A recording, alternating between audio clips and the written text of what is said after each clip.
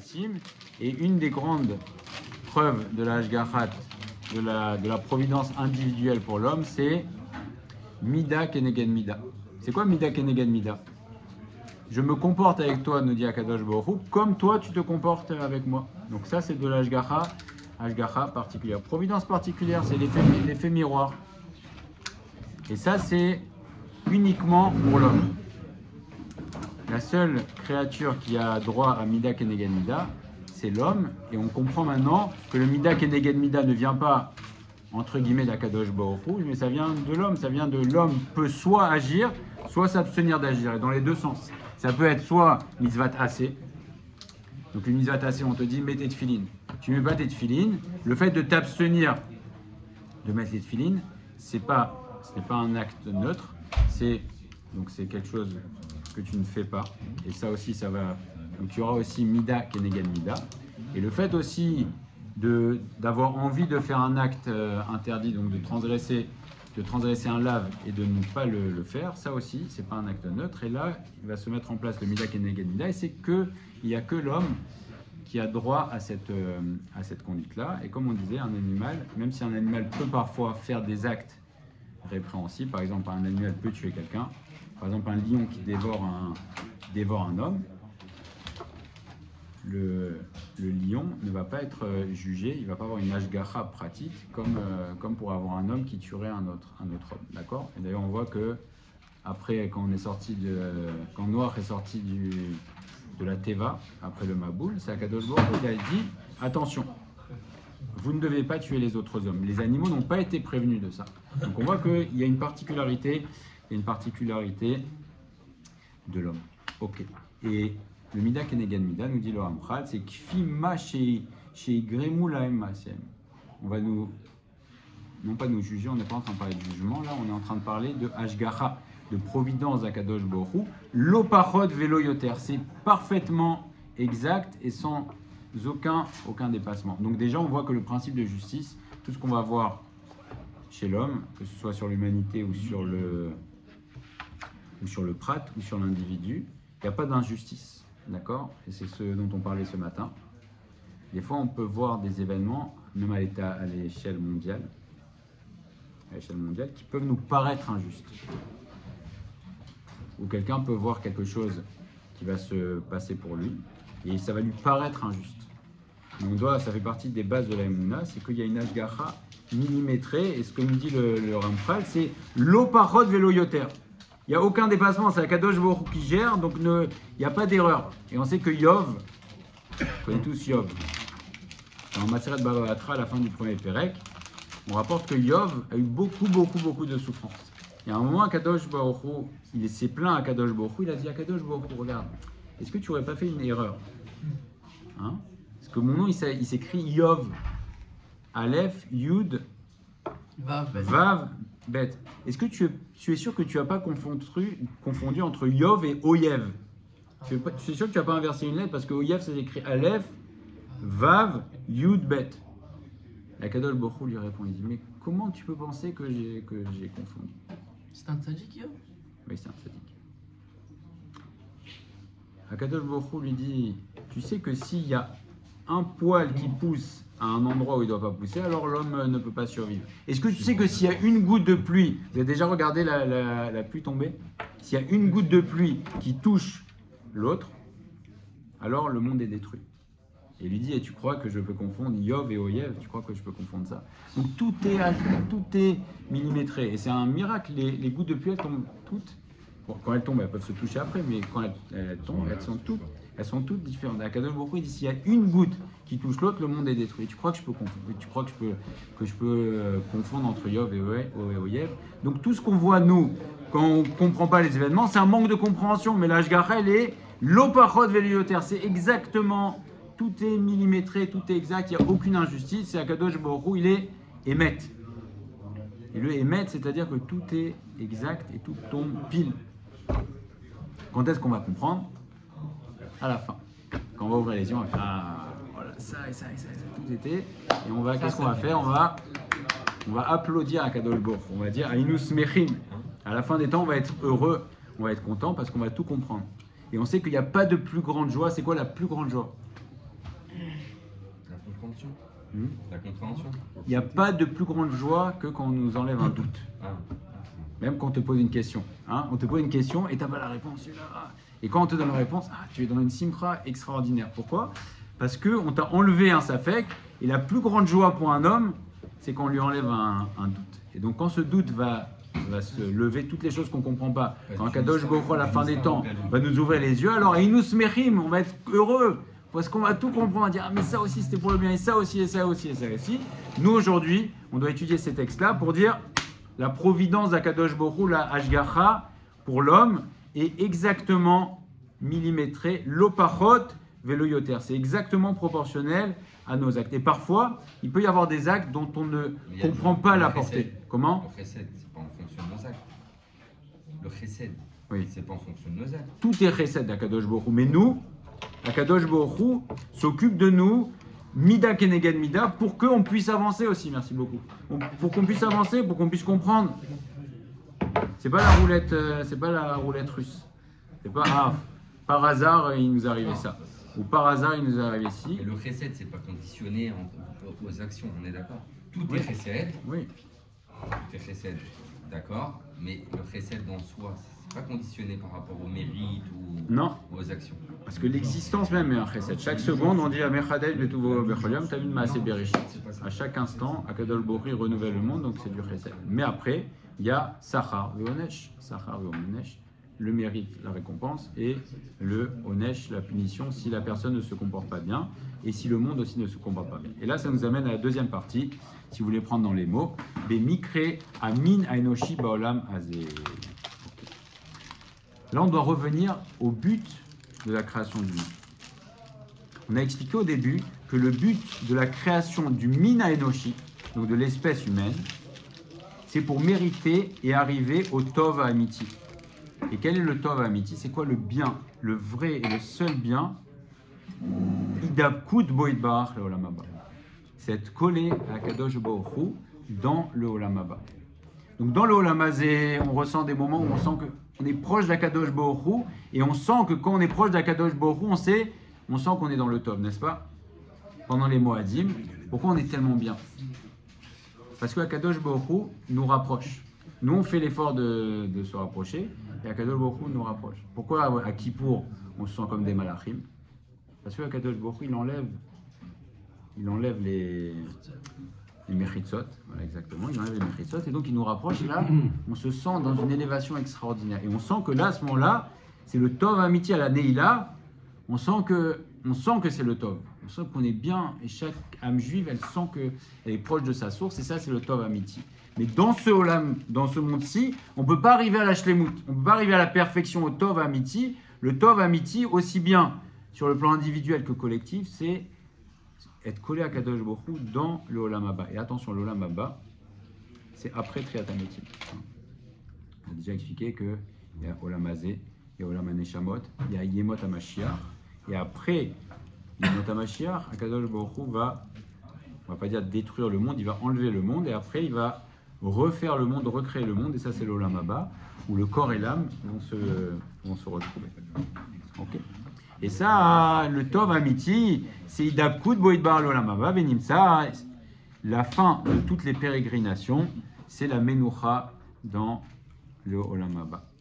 C'est ça la fin et le but pour lequel Akadosh Baruch Hu a créé. Mais avant ça, Akadosh Baruch Hu, il a fait devancer son matzav dans le Olam Hazé, Nikshar Venikbal Bechukot Teva Zeolam. Mais avant ça, Akadosh Baruch Hu a fixé des règles. Il a fixé des règles dans l'édition, le soleil se couche et se lève, etc. Mais il a aussi fixé des règles dans sa conduite.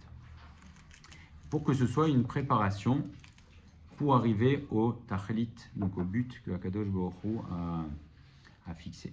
Et donc il a tout organisé sur le plan individuel et collectif, pour arriver au Olam Haba. Alors ça tourne sur deux dimensions. Il y en a une qui est Ishi, une qui est individuelle, et une autre qui est Klali, qui est générale. Alors c'est quoi individuel? Nous dit le Ramchal, Kniat à Adam, et là on parle de chacun et chacune d'entre nous. L'homme peut arriver et doit arriver, Eshlemuto Bemasa. Ça, c'est individuel. Chaque homme doit s'efforcer d'arriver à sa shlemut par ses actes, aussi bien par les actes positifs qu'on va faire, ou bien en s'abstenant de faire des actes négatifs. Donc ça, c'est individuel. Et ça, c'est personnel, et ça dépend que de moi, que de toi, etc. etc. Chacun a un compte à part. Et ça, Kadosh Baruch Hu, il a un compte, donc c'est comme compte bancaire, mitzvot et averot. Ve'aklali, et à part ça, il y a aussi une préparation générale du minen aussi, de l'espèce humaine, pour le Olam Haba. Alors, qu'est-ce que ça veut dire tout ça? On sait que l'homme a été créé avec Yetzera Tov et Yetzera Hara et le libre arbitre, n'est-ce pas? Et on a le choix de faire partie maintenant de la catégorie des Tovim ou des Raïm. L'homme a le choix. Dans quelle catégorie tu veux t'inscrire? Alors, on sait que ce ne sont pas des catégories qui sont figées, mais j'ai le choix de m'inscrire dans la catégorie que je souhaite. Quelqu'un qui veut être Racha, le Rambam au début de Yisrod Tshuva nous dit l'homme a parfaitement le choix d'être tzaddik comme Moshe Rabbeinu ou Racha comme Yerovam ben Nevat. Il a le choix, donc j'ai le droit de choisir mon camp.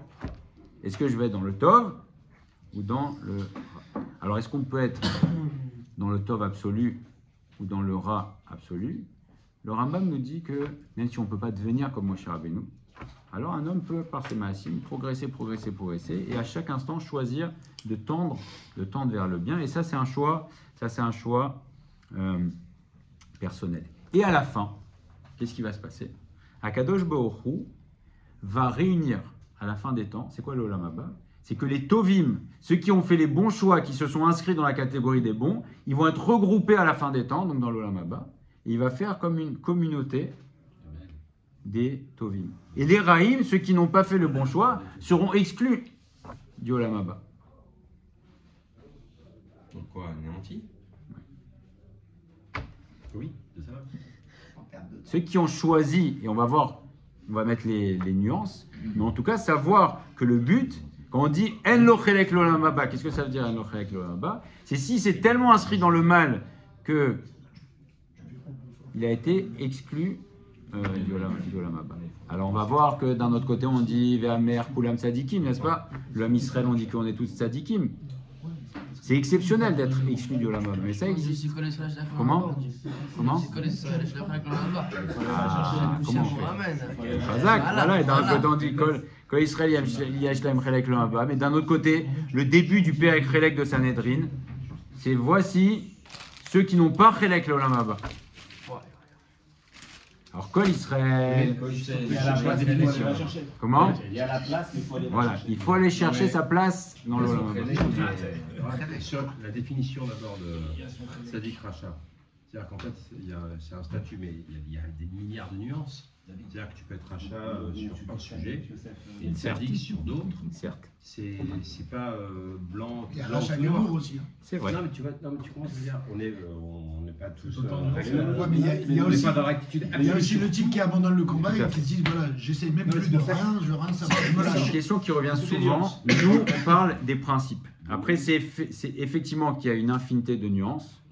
Tout ça, ça appartient à Kadosh Baruch Hu, mais nous, on doit connaître les principes. On doit savoir qu'à la fin, c'est pas parce qu'on a dit Kol Israël Yashlaim Chelek L'Olam Haba que tout le monde va être pareil et que tout le monde aura le droit et que tout le monde profitera de la proximité avec Akadosh Baruch Hu. Non, c'est pas vrai. Il faut savoir que si une personne ici, c'est comme quelqu'un à l'école, s'il travaille bien à l'école, c'est normal qu'il ait une meilleure note que celui ou qu'il reçoive un meilleur cadeau que celui qui a rien fait. C'est normal, c'est pas shoot. Donc c'est pas shoot aussi que l'Olam Haba, c'est quelque chose qui se méritait. Même si Kol Israël Yashlaim Chelek L'Olam Haba, il y en a certains qui sont exclus, c'est exceptionnel mais ça existe. Et aussi, comme tu dis, il y a des nuances. Savoir que celui qui a fait des mitzvot toute sa vie et qui s'est efforcé toute sa vie, c'est sûr qu'il va être tout en haut dans l'Olam Haba, et celui qui n'a pas fait, il va être tout en bas. Et on dit, c'est le Ramchal qui dit ailleurs, que ça, c'est le plus grand regret que l'homme a, quand il arrive au Olam Haba. Il va voir peut-être son ami qui est considéré comme un homme pas shoot, il va le voir tout le temps, il va dire aïe aïe aïe aïe aïe, mais quoi? Comment c'est possible? Voilà, l'école aussi, tout le monde c'est différent, tu vois, il y a un gosse qui a des difficultés, qui va avoir 60, la maîtresse elle va être comme une fois, il y en a un qui va avoir 90, la maîtresse elle va être déçue de lui. Dans ce monde aussi, il y en a que Dieu a des plus grandes attentes d'eux que les autres. Il y en a un qui va faire que Shema Israël, le Shemona Israël, et Dieu sera fier de lui. Il y en a qui va toute la journée prier, étudier la Torah, mais comme la Neshama plus grande, alors Dieu sera moins fier de lui. Donc c'est lié à l'effort. Celui qui s'est efforcé toute sa vie de faire, Akadosh Baruch Hu, il sait les efforts qu'on fait, mais quelqu'un qui est le plus doué, qui fait rien, et qui fait même plus de mitzvot que quelqu'un qui a moins de capacité, ben, il aura un moins grand lama-ba. Oui. Je crois que le regret qu'on a, de ce que j'ai entendu, c'est pas de voir ton ami, parce que ton ami et toi, c'est pas la même chose au niveau du potentiel, mais c'est surtout de voir la place que tu aurais dû avoir si tu avais accompli réellement ton. Alors oui, mais le Ramchal nous dit dans Messiah Yesharim, il dit non, fais attention parce que des fois dans ce monde-ci, tu vois ton ami, les concurrents, des fois ça te fait mal de voir ton ami un peu au-dessus. Ben, sache que ce que tu risques de ressentir dans l'Olam Haba, c'est des milliards et des milliards de fois plus parce qu'il y a ce regret. Et tu vas voir des fois des personnes qui vont être tellement plus élevées et là, cette fois-ci, ce sera définitif. C'est définitif et donc c'est notre place. On est en train de jouer, on n'est pas en train de jouer notre place en demi-finale du mondial, on est en train de jouer notre place dans le Olam Haba. Et il faut savoir. Hein, mercredi, Mathieu Sefri. Et Olam. Donc l'espèce humaine peut choisir entre le bon et le mal.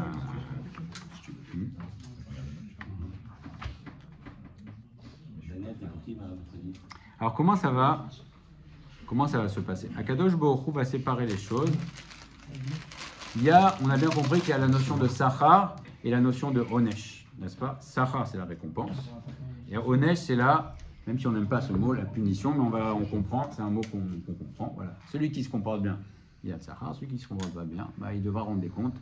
C'est ce qu'on appelle, c'est la Anaga, la Kadosh Baruch Hu dans le monde, une des Anagotes, une des conduites que on peut comprendre. Et la Kadosh Baruch Hu va séparer ça en 2 temps et en deux endroits. Donc il y aura le Sahar pour les tzadikim et le Onesh on va appeler ça Rechaim. Encore une fois, la définition effectivement de Rechaim, elle est à géométrie variable. Certains vont dire le Rambam par exemple, il définit Tzadik Veracha. Celui qui a une mitzvah de plus, il est Tzadik. Celui qui a une mitzvah de moins, il est Nikra Racha, donc pas méritant. Le Baal HaTanya dit non, tu peux être Tzadik pour certaines choses, tu peux être Racha, et la définition elle est beaucoup plus fine, et Benoni encore. En tout cas, on voit que Bepashtout, le Tzadik, quelle que soit la définition, mérite une récompense, et le rachat, il mérite une punition en tant que réparation. Comment? C'est les Shlosh Esrikaim, ça fait partie des Shlosh Esrikaim. Oui. Ce qui est bizarre, c'est qu'on n'a jamais vu de punition qui ne sert pas à éduquer. Et là, on a l'impression qu'on est sur une punition qui n'éduque plus. On a une punition éternelle. Jugement final. La matérielle, c'est pas pour éduquer. Ça peut exister. Elle n'est pas éternelle. Okay. Ça reste exceptionnel, mais si une personne... C'est définitif. Il a dit c'est figé après. C'est définitif. Non, ça va le Gan Eden, il prépare, il aura écrit montra. Les sanctions qui sont données sont infligées, elles sont sur une durée limitée. C'est du nettoyage. Tu parles On parle de Olam. Aujourd'hui, mais dans la fin des temps, On parle pas de La Gan fin de Eden. temps aussi, une personne, elle a quand même des fautes, elle a quand même des mitzvot. Il faut qu'elle se soit récompensée pour elle. Alors d'abord, elle paye sur la vente qu'elle a fait, ensuite elle rentre dans Gan Eden, elle se fait récompenser sur les autres qu'elle a oui, fait. mais elle ne peut plus évoluer. Ah non. Non, elle ne peut plus évoluer. Alors Alors toi, tu travailles ici. Donc c'est un jugement final. Oui, mais la punition n'est pas faite sur une punition. On est plutôt sur un jugement. Donc ça va se passer en 2 parties. Il y a une partie qui se passe dans le Olam Hazé. Dans le Olam Hazé, ceux qui s'inscrivent dans le bien vont recevoir des récompenses. Et même si on dit c'est un principe fondamental qui est rapporté dans Maserat Kiddushin, Srar mitzvah baolam hazé lika. Il n'y a pas de sachar, de récompense du mitzvah dans ce monde-ci. Et pourquoi nous dit le Rav Dessler? C'est parce que c'est impossible de payer une mitzvah dans ce monde-ci, c'est trop grand, une mitzvah. On n'est pas dans le même référentiel. Donc quand tu vas voir un tzaddik qui va avoir de la tzlacha, alors c'est un signe. C'est un signe qu'on lui donne les moyens de continuer son œuvre et de continuer à servir à Kadosh Baruch Hu. Voilà. Et donc par exemple, si tu vas voir un tzaddik qui a de la tzlacha et qui va avoir de la réussite matérielle, alors Dessler nous dit que ça peut être qu'on lui donne la menoucha, la tranquillité, on le sépare des soucis matériels de manière à ce qu'il puisse servir à Kadosh Baruch Hu tranquillement. Mais c'est un signe, c'est une forme de récompense dans le sens où on lui donne la possibilité de travailler, donc de servir à Kadosh Baruch Hu de manière tranquille. À l'inverse, et là ça touche à l'éducation, celui qui ne se comporte pas bien, Akadosh Baruch Hu peut lui donner, on va dire, des réprimandes qui font qu'il va revenir. Donc ça, c'est dans le Olam Hazé. Dans ce monde-ci, c'est le Olam Hazé. Même si on ne peut pas tout comprendre, mais ça, en tout cas, on peut le comprendre. Par exemple, s'il nous arrive des choses, des fois, que ce soit bien, mais surtout les choses qu'on ressent comme étant pas bien, on ne doit pas se dire que c'est le fruit du hasard. D'accord ? On doit essayer, à notre niveau, de comprendre pourquoi ça m'arrive. Il y a les deux, on a l'impression qu'il y a aussi deux mécanismes. C'est-à-dire qu'il y a parfois des tzadikim, des gens qui se rapprochent, que Baruch va les tester, il va essayer de, entre guillemets, de les soumettre à l'épreuve pour essayer de leur faire passer un niveau encore supplémentaire. C'est-à-dire qu'on voit plein de tzadikim, de gens bien qui sont mis à l'épreuve, et inversement de gens pas bien, sur lesquels on dit mais comment ça se fait que lui il a la dans ce qu'il fait, enfin nous à notre regard, mais on a l'impression qu'il y a deux mécanismes qui peuvent se conjuguer. C'est-à-dire qu'il y a aussi un moyen quelque part de repousser le tzaddik, pas repousser, mais c'est à le mettre à l'épreuve pour justement lui donner le moyen d'atteindre un niveau supplémentaire, de voir quel est son niveau de dévouement, quel est son niveau d'attachement à Kadosh Baruch Hu. Bien fait. Alors ça appartient à Kadosh Baruch Hu. Nous, quand on voit notre copain qui a soit de la réussite, soit pas de réussite, on ne doit pas juger, on ne doit pas dire « Ah ben lui, on ne sait pas ». Nous, à notre niveau, on doit essayer de comprendre. Peut-être que quelqu'un qui fait de tchouva, au début, les portes sont ouvertes et après, il sent que ça bloque. Alors, il doit aller demander, on va lui dire « Tu sais, Akadosh Baruch Hu est en train de te tester pour voir la force de ton dévouement et de ta tchouva. » Et c'est comme ça fait partie des principes aussi. C'est comme Abraham Avinu a été testé. Mais, Akadosh Baruch Hu, dans ce monde-ci, on va avoir un comportement qui est apparemment contradictoire. C'est-à-dire que le tzaddik, étant donné que le tzaddik qui mérite un olam haba complet, eh bien très souvent, on va lui faire payer ses quelques erreurs dans ce monde-ci. Ces quelques manquements, et parfois même ce sont des grands tzaddikim, il va y avoir des petits manquements même dans la pensée, etc. Et Akadosh Baruch Hu va leur faire payer leurs quelques erreurs pour leur donner un olam haba parfait. Et à l'inverse aussi, on peut avoir des Rechaim qui vont vivre Béchalva dans la sérénité, et des gens où il n'y a pas besoin d'aller voir bien loin que ce sont des Rechaim. Par exemple, des personnes qui vont s'élever contre la Torah et les mitzvot, etc. C'est des gens qui consacrent leur vie contre la Torah. Alors, peut-être qu'ils ont certainement quelques mérites. D'accord ? Parce qu'on dit dans Maseret Chagiga, chaque juif, il est malé, il a des mitzvot. Il est plein de mitzvot comme une grenade. C'est vrai. Donc, il n'y a pas un juif qui n'a pas de mitzvot. Mais quelqu'un qui s'inscrit complètement dans le mal, on ne va pas dire lui c'est un tzaddik. Il y a des fois des personnes qui disent, ils s'élèvent ouvertement contre la Torah et les mitzvot, et ils disent on ne veut pas de judaïsme. Ça, on ne peut pas dire que c'est un tzaddik. Mais il a quand même des mitzvot. Alors qu'est-ce qui se passe ? Comme Akadosh Baruch Hu, c'est Dayan à Emet, il est Emet la Mito, il va lui payer son salaire dans ce monde-ci, et après dans l'Olam Haba, il verra. Donc ça, c'est sûr de dire que c'est un rachat aussi. Comment ? C'est un tas de dire que c'est un rachat aussi. Il y a certaines personnes que oui, on peut dire. On peut dire que ceux qui sont Martiet Arabim ou qui incitent. Oui, on peut dire. Oui. Alors, c'est pas tout le monde ne peut dire, mais on peut dire qu'une personne qui se comporte comme un rachat. Ça ne veut pas dire qu'il ne va pas faire de tchouva, mais un rachat, c'est un comportement. Quelqu'un qui se comporte comme un rachat, il faut dire les choses comme elles sont. Quelqu'un qui ne se comporte pas bien, ou si un comportement n'est pas bon, il ne faut pas dire oui, mais. D'accord. Non, alors, oui, mais, il faut juger Kafsrout. Il faut juger Kafsrout. Mais si c'est un comportement qui n'est pas bon, il faut dire que le comportement n'est pas bon. Une personne publique, par exemple, qui incite justement, par exemple, c'est plus facile de dire. Être contre la Torah, et contre le machin, Kafsrout ou pas Kafsrout, c'est très grave. C'est un comportement. C'est plus facile de dire. T'as pas du tout envie de couper. Là, tu peux te permettre plus facilement de dire que c'est un rachat. Parce que là, t'as compris, c'est évident, mais il veut mettre tout le monde dans le mur. Voilà. En tout cas, ça appartient à Kadosh Baruch Hu. Donc ça, c'est dans ce monde-ci. Maintenant, comme Akadosh Baruch Hu veut donner le maximum de chances de réussite au Mina Enoshi. Parce qu'il ne faut pas oublier que tout ça, tous ces développements ne sont que du chesed d'Akadosh Baruch Hu. Toute son intention, Akadosh Baruch Hu, c'est pas Chas v'Shalom de nous punir. Tout le monde a été créé uniquement, comme on en parlait ce matin, c'est du chesed. Donc Akadosh Baruch Hu veut donner à chacun et au monde et à l'espèce humaine le maximum de chances de réussite. C'est la notion de tchouva. Parce que la tchouva, c'est fait partie des choses, c'est dans la Sphira, on voyait la semaine dernière, de Bina. C'est-à-dire que c'est quelque chose qui a précédé la création du monde. Pourquoi ? Parce que la tchouva, c'est quelque chose d'inimaginable. Et il fallait que ça vienne de tout en haut, parce que c'est la preuve de la bonté d'Akadosh Baruch Hu.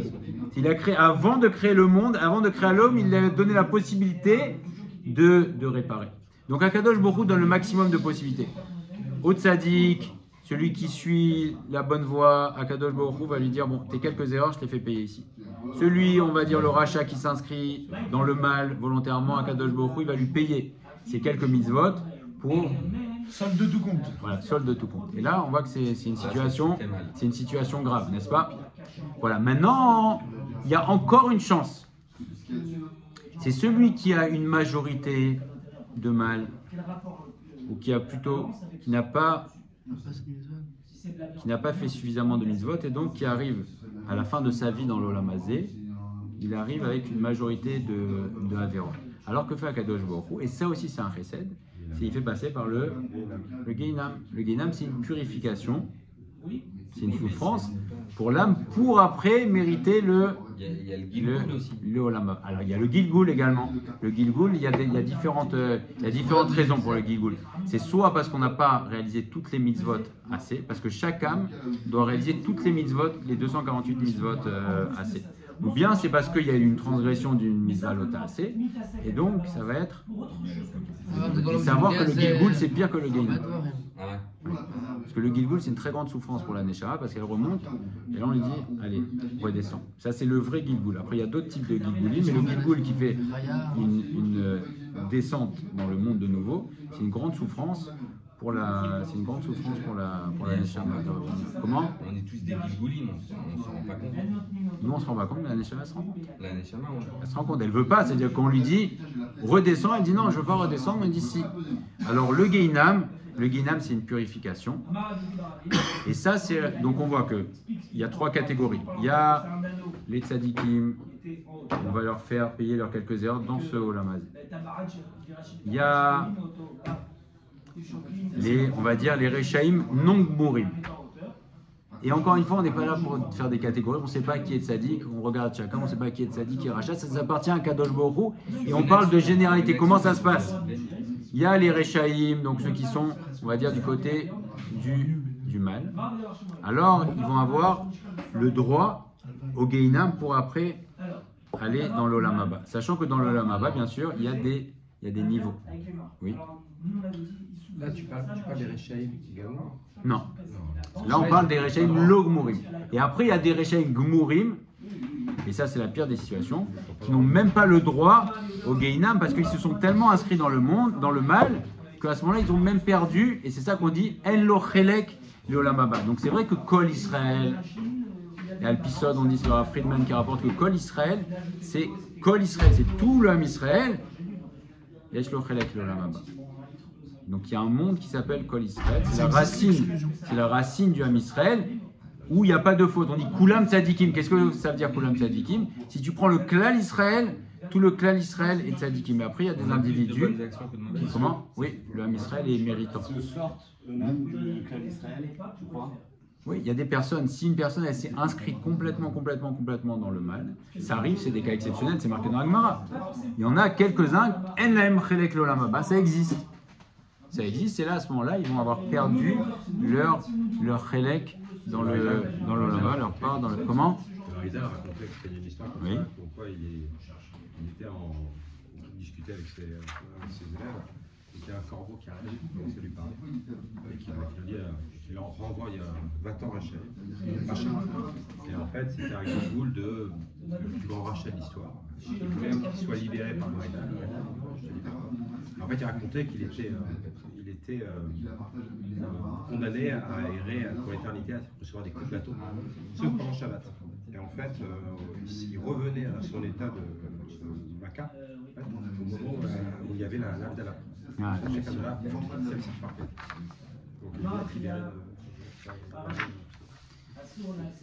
Donc on comprend que Akadosh Baruch Hu organise tout.